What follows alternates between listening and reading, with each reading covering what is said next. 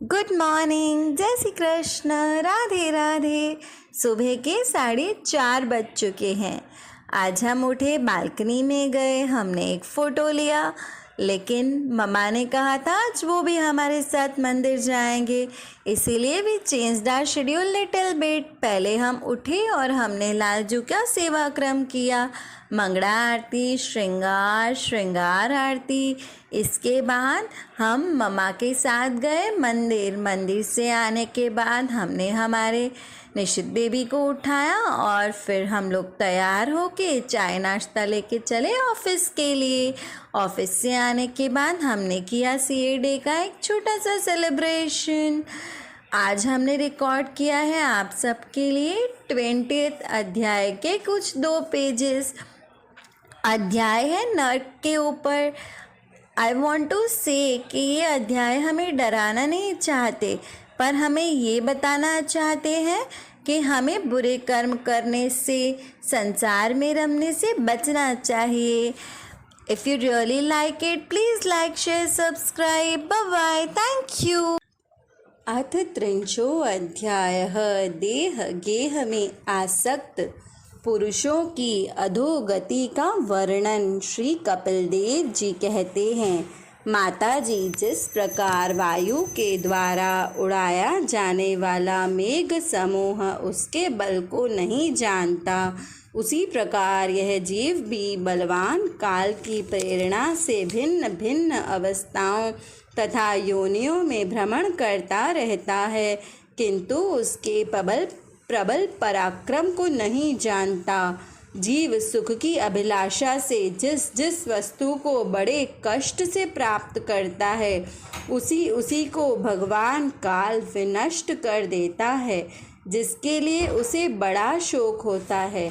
इसका कारण यही है कि मंदमती जीव अपने इस नाशवान शरीर तथा उसके संबंधियों के घर, खेत और धन आदि को मोहवश नित्य मान लेता है।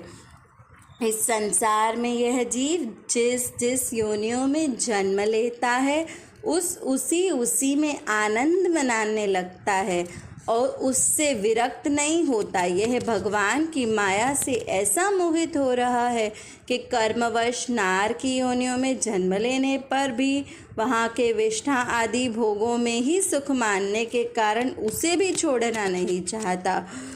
यह मूर्ख अपने शरीर, स्त्री, पुत्र, ग्रह, पशु, धन और बंधु बांधवों में अत्यंत आसक्त होकर उनके संबंध में नाना प्रकार के मनोरथ करता हुआ अपने को बड़ा भाग्यशाली समझता है। इनके पालन पोषण की चिंता से इसके संपूर्ण अंग जलते रहते हैं, तथापि दुर्वासनाओं से दूषित हृदय होने के कारण यह मूढ़ निरंतर इन्हीं के लिए तरह तरह के पाप करता रहता है। उल्टा स्त्रियों के द्वारा एकांत में संभोग आदि के समय प्रदर्शित किए हुए कपट पूर्ण प्रेम में तथा बालकों की मीठी मीठी बातों में मन और इंद्रियों के फंस जाने से गृहस्थ पुरुष घर के दुख प्रधान कपट पूर्ण कर्मों में लिप्त हो जाता है। उस समय बहुत सावधानी करने पर यदि उसे किसी दुख का प्रतिकार करने में सफलता मिल जाती है, तो उसे वह सुख सा मान लेता है। जहाँ तहाँ से भयंकर हिंसावृत्ति के द्वारा धन संचय कर ये ऐसे लोगों का पोषण करता है जिनके पोषण से नरक में जाता है। स्वयं तो उनके खाने पीने से बचे हुए अन्न को ही खाकर रहता है। बार बार प्रयत्न करने पर भी जब इसकी कोई जीविका नहीं चलती, तो वह लोभवश अधीर हो जाने से दूसरे के धन की इच्छा भी करने लगता है। जब मंद भाग्य के कारण इसका कोई प्रयत्न नहीं चलता, तब वह मंद बुद्धि धनहीन होकर कुटुंब के भरण पोषण में असमर्थ हो जाता है। तब अत्यंत दीन और चिंतातुर होकर लंबी लंबी सांसें छोड़ने लगता है। इसे अपने पालन पोषण में असमर्थ देखकर वे स्त्री पुत्र आदि इसका पहले के समान आदर नहीं करते। जैसे कृपण किसान बूढ़े बैल की उपेक्षा कर देते हैं, फिर भी इसे वैराग्य नहीं होता। जिन्हें उसने स्वयं पाला था वे ही उसका पालन करते हैं। वृद्धावस्था के कारण इसका रूप बिगड़ जाता है, शरीर रोगी हो जाता है, अग्नि मंद पड़ जाती है, भोजन और पुरुषार्थ दोनों ही कम हो जाते हैं।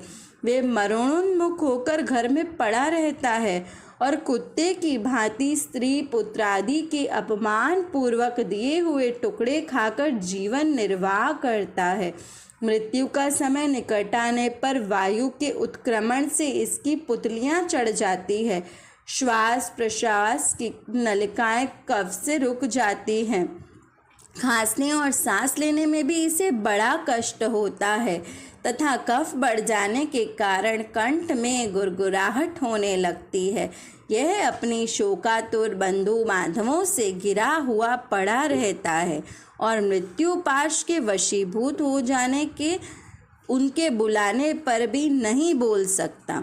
इस प्रकार जो मूढ़ पुरुष इंद्रियों को न जीत कर निरंतर कुटुंब पोषण में ही लगा रहता है, वे रोते हुए स्वजनों के बीच अत्यंत वेदना से अचेत होकर मृत्यु को प्राप्त होता है।